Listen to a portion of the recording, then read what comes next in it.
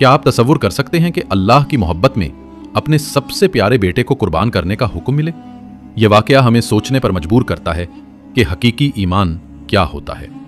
यह सोचने पर मजबूर करता है कि हमारी जिंदगी में अल्लाह की इताअत की क्या अहमियत है। अब सुनते हैं ये दिल को छू लेने वाली कहानी। हज़रत इब्राहीम अलैहिस्सलाम अल्लाह के नबी थे जो तौहीद की दावत देते थे। उनकी उम्र काफ़ी हो चुकी थी मगर औलाद ना थी। दिल में एक बेटे की आरजू थी।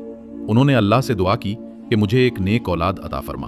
अल्लाह ने उनकी दुआ कबूल की और हज़रत हाजरा से बेटा दिया जिसका नाम इस्माइल रखा। हज़रत इस्माइल बचपन से ही फरमाबरदार और नेक थे। हज़रत इब्राहीम उनसे बहुत मोहब्बत करते थे। वो उनकी आंखों का नूर थे। वक्त गुजरता गया और इस्माइल जवान होने लगे। एक रात हज़रत इब्राहीम को ख्वाब आया जिसमें अल्लाह का हुक्म था कि अपने बेटे को कुर्बान करो। यह ख्वाब आम न था बल्कि अल्लाह की तरफ से वही थी। हज़रत इब्राहीम हैरान हुए। यह इम्तिहान बहुत सख्त था। उन्होंने सोचा कि अल्लाह की इताअत में कोई शक नहीं होना चाहिए। अगली रात फिर वही ख्वाब आया। अब यकीन हो गया कि यह हुक्म है। हज़रत इब्राहीम ने दिल पर पत्थर रखा और फैसला किया कि हुक्म बजा लाएंगे। अब मसला था कि हज़रत इस्माइल को कैसे बताएं। हज़रत इब्राहीम ने हज़रत इस्माइल को बुलाया और कहा, बेटा, मुझे अल्लाह का हुक्म मिला है। उन्होंने ख्वाब की तफसील बताई कि तुझे कुर्बान करना है। हज़रत इस्माइल ने सुना और फौरन कहा, अब्बा जान, अल्लाह का हुक्म सर आंखों पर। वो बोले, अगर अल्लाह चाहता है तो मुझे कुर्बान कर दीजिए, मैं तैयार हूं। हज़रत इब्राहीम की आंखें नम हो गईं मगर ईमान मजबूत था। दोनों ने अल्लाह की इताअत का अज़्म किया। अब तैयारी शुरू हुई कुर्बानी की जगह जाने की। हज़रत इब्राहीम और हज़रत इस्माइल घर से निकले।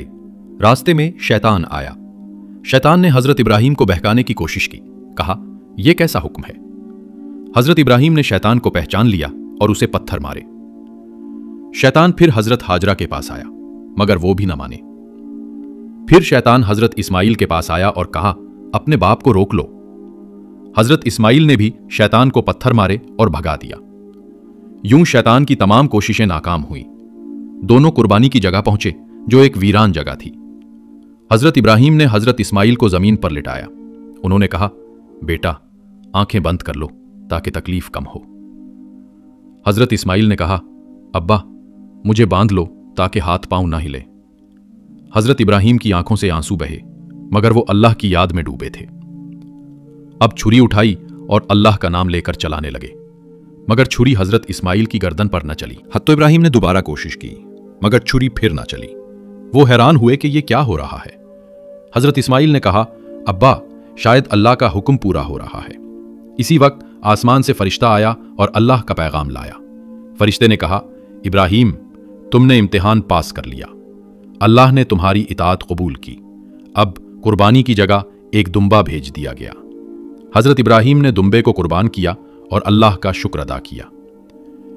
यह वाकया अल्लाह की तरफ से एक मोजज़ा था। हज़रत इस्माइल महफूज रहे और दोनों खुशी से वापस आए। हज़रत हाजरा ने देखा तो अल्लाह का शुक्र किया।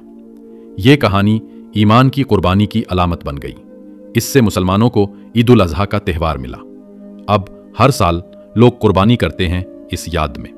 हज़रत इब्राहीम की जिंदगी तौहीद की जद्दोजहद से भरी थी। वो बुत परस्त कौम में पैदा हुए मगर अल्लाह को माना।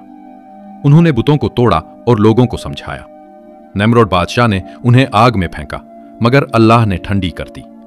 ये वाकया अल्लाह की रहमत की मिसाल है। अल्लाह ने इम्तिहान लिया मगर तकलीफ न दी। हज़रत इब्राहीम और इस्माइल की इताअत कबूल हुई। ये कहानी कुरान में बयान हुई है। सूरत अस-साफ़ात में तफसील है। ये मुसलमानों के लिए सबक है। अब हर साल ईद उल अज़हा मनाई जाती है। ईद उल अज़हा पर मुसलमान कुर्बानी करते हैं। ये हज़रत इब्राहीम की याद में है। लोग दुम्बा, बकरा या ऊँट कुर्बान करते हैं। गोश्त गरीबों में तकसीम किया जाता है। ये त्यौहार हज के साथ मनाया जाता है। लाखों लोग मक्का जाते हैं। ये इत्तेहाद और कुर्बानी की याद दिलाता है। हज़रत इब्राहीम ने बाद में काबा की तामीर की। हज़रत इस्माइल ने मदद की। ये अल्लाह का घर है जहां मुसलमान हज करते हैं। हज़रत इब्राहीम की दुआ से मुसलमानों की तादाद बढ़ी। वो खलीलुल्लाह कहलाते हैं। हज़रत इस्माइल अरबों के जद्दे अमजद हैं। ये ख़ानदान बरकत वाला है। कुर्बानी का वाक़या से पहले हजरत इब्राहीम की औलाद की दुआ थी, अल्लाह ने देर से औलाद दी मगर प्यारी दी। ये इम्तिहान था कि क्या वो अल्लाह को ज्यादा प्यार करते हैं। हजरत इब्राहीम ने साबित किया। हजरत इस्माइल की फरमानबरदारी भी मिसाली थी। ये कहानी नस्ल दर नस्ल चलती है। ये ईमान की ताकत बताती है। शैतान की कोशिशों से सीखा कि वो हमेशा बहकाता है, मगर ईमान वाले उसे शिकस्त देते हैं। हज में पत्थर मारना उसी की याद है। ये शैतान को दूर करने की अलामत है। हजरत इब्राहीम का खानदान शैतान से महफूज रहा। ये अल्लाह की हिफाजत थी। कहानी हमें शैतान से होशियार रहने का दर्स देती है। कुर्बानी के बाद हजरत इब्राहीम की जिंदगी पर सुकून रही। वो अल्लाह की इबादत में मशगूल रहे। हजरत इस्माइल ने भी नबूवत की।